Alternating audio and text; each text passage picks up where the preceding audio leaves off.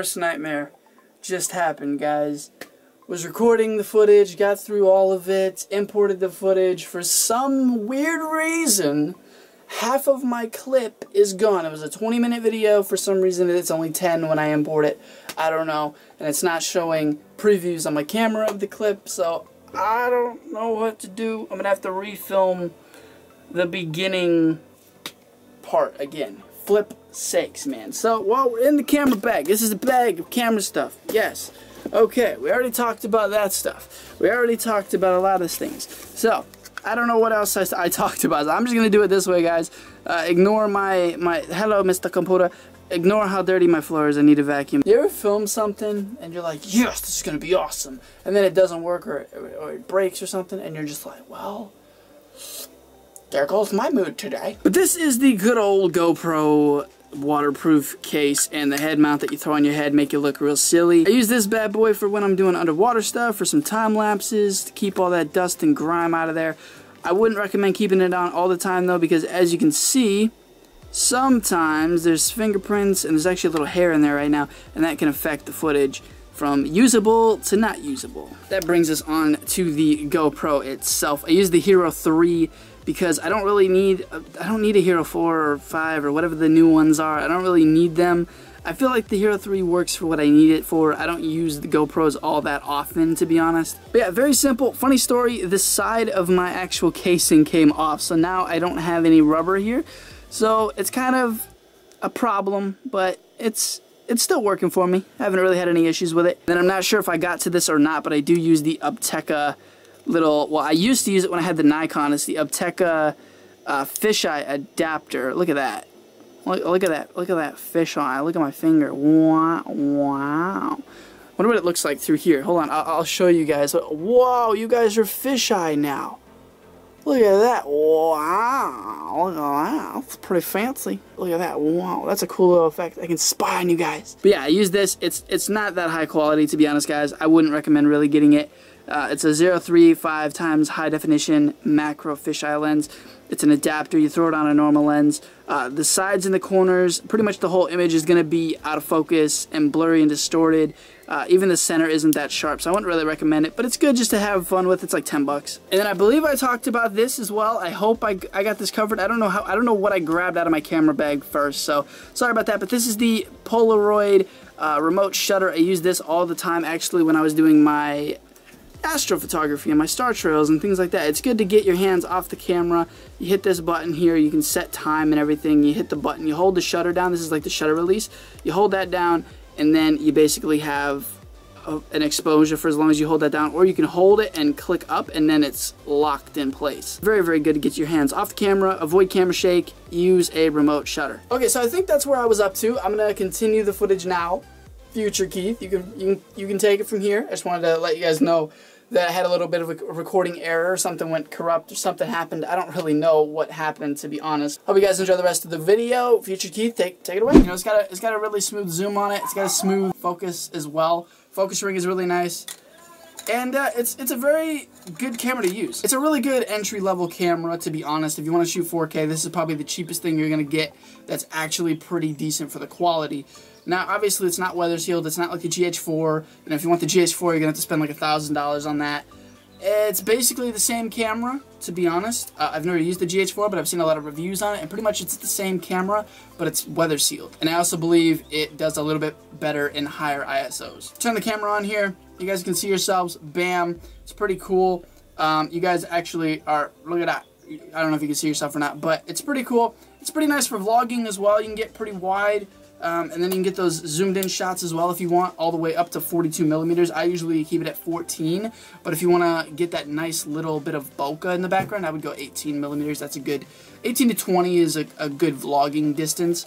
I personally use that a lot. The first time I went to New Zealand, I filmed a lot of my travel vlogs with this. I would say like 95% of the travel vlogs were filmed on the Sony RX100. But I like to film this. I want to film more on this as well because of the quality. I want to shoot more in 4K and just see what we can get out of it. But here we go. Let's go into my little pouch now. This is my pouch. Okay, I'm a kangaroo. This is where all the big stuff is. I have a little pouch here, which I keep all my change in. You can hear it. And that's about it in there. Nothing else really. I don't know actually what I have in here because this is the bag. The reason why I like a camera backpack, this isn't really a camera bag, it's more of a camera backpack. But I love it more because there's a little bit more space. I mean, it's a decent size, you know. You can throw it on your back, everything's fine. You know, you got everything you need. You got plenty of space, plenty of pouches, plenty of zippers. You know, it's a really good bag. It's got a handle on the top. You can carry it if you want. It's got a little pouch on the side with some straps. You can strap a tripod to the side if you need it. But here we go. First thing we're pulling out, my Lumix Panasonic battery charger. You gotta have a battery charger. I actually have one for the Sony down there, actually under my desk, but it's charging right now. And then we also have, you know, just like little GoPro mounts that I haven't really used yet. Lens caps for my Lumix, which I should probably use, but I don't really need it because I have the lens on it all the time, but it's good to have. Just some random USB cables. You know, you never know when you're going to need some USBs or micro USBs for your cameras for charging or for importing footage if you don't have an SD on hand, if you can't take the SD out, or I don't know why you would import the footage with a USB when you could just take the SD card out. But whatever suits you both. So I used to use this a lot for when I did my astrophotography because I love astrophotography. It's a super fun way to get some really cool photos of the Milky Way or stars or whatever you want to get up there in the night sky. It's great. Nighttime photography is a little bit tricky though because obviously you got, you know, your bugs, you got to take some spray along. You know, it's cold a lot of the times, especially if you're in a colder climate, then you're going to really get cold. If you're really shaky and you don't think you can hold that shutter down right, you know what? Boom, remote shutter, you're good to go. Bam! Got that flippin' cleaning cloth here, microfiber. This one's pretty dirty to be honest, but this is how you clean your lenses, guys. You get a little bit of lens cleaner on there, use this, clean it off, boom, good as new. Don't use like a shirt or a cloth or whatever because you might accidentally damage the lens, scratch it, whatever, you know, you don't want that. In the bottom here we have a lot of paper, which I think this is, yeah, this is part of my trip to New Zealand. We actually have a lot of stuff, my bag tags and things like that. When I went to Brisbane, this is LA, and Brisbane on this one, and even my Delta flight number 1332. That's pretty cool. These are my connecting flights. This is when I had to actually, this is before I got my boarding pass. This was like the little voucher thing I had to go get. I had to get a ton of those. I had to get like 6 of them because I had 6 flights. But here we go. I wonder if I have these in order actually. I think I have all of my, oh no, I only have 2. I only have 2, guys. I don't know where the third one went. I'll have to find it because I really want to keep that. But here's my, oh no, this is off the same one, I think. Is it? This one is from LA to Brisbane, Australia. And then this one is from Brisbane, Australia to New Zealand. I don't know where the one from here to LA is because I went to LA as well. Don't know where that was. But these are my cool little mementos, I guess you could say, that I kept in here. Because I took this bag with me and I had like my passport and my wallet and everything in here to keep it safe, so it wasn't on my person. It was kind of with me, but it was not, you know, quickly accessible. If you guys want to see really quick of what my setup actually would look like, you slide this on here. This is what my setup always looks like when I'm going to be filming. You take this, bam, there's a little side jack here on the side, and you just plug that right on in there, bam, and then you're good to go. This is what my rig usually looks like when I'm filming. It's pretty cool.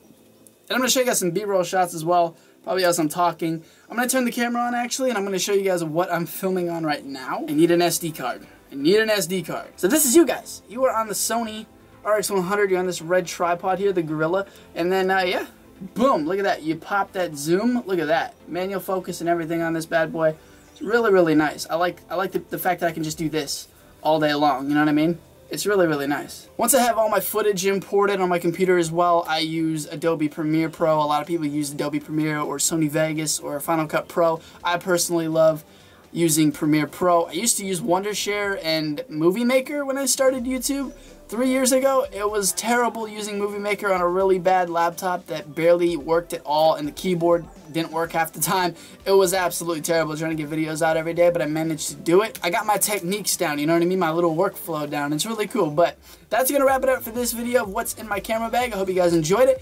Some of the, you know, equipment that I use. I'm trying to become, you know, like a low-key filmmaker. I want to do some more cinematic sequences, and when I go to New Zealand, there's going to be a ton of those on the channel that I want to do because I haven't really done them yet. I've incorporated them into some of my vlogs, but I've never done them just by themselves with some music over top.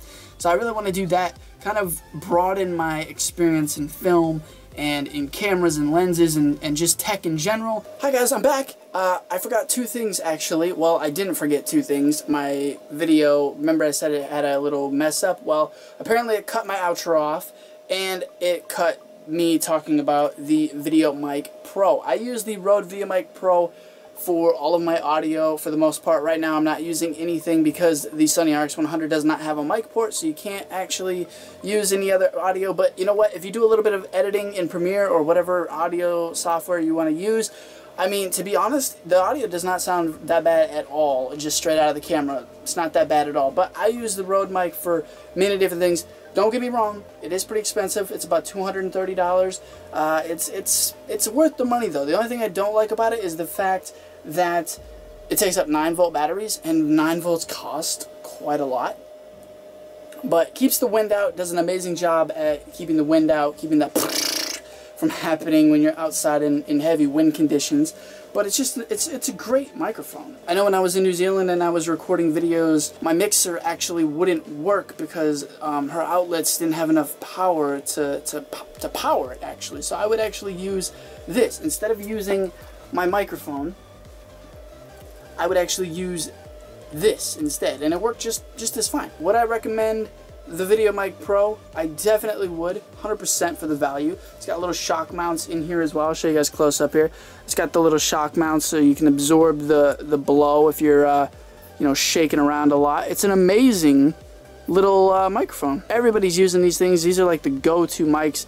It has a little port here. I'll show you guys. You guys can see that it actually has a little switch that's on and off right there, and then this one is a dB controller. You have -10, 0, and +20. I always leave it on -10 so I don't ever blow out my audio. I don't like when my audio peaks. Hate that. So there we go, guys. That is my camera bag. That is what is in my camera backpack.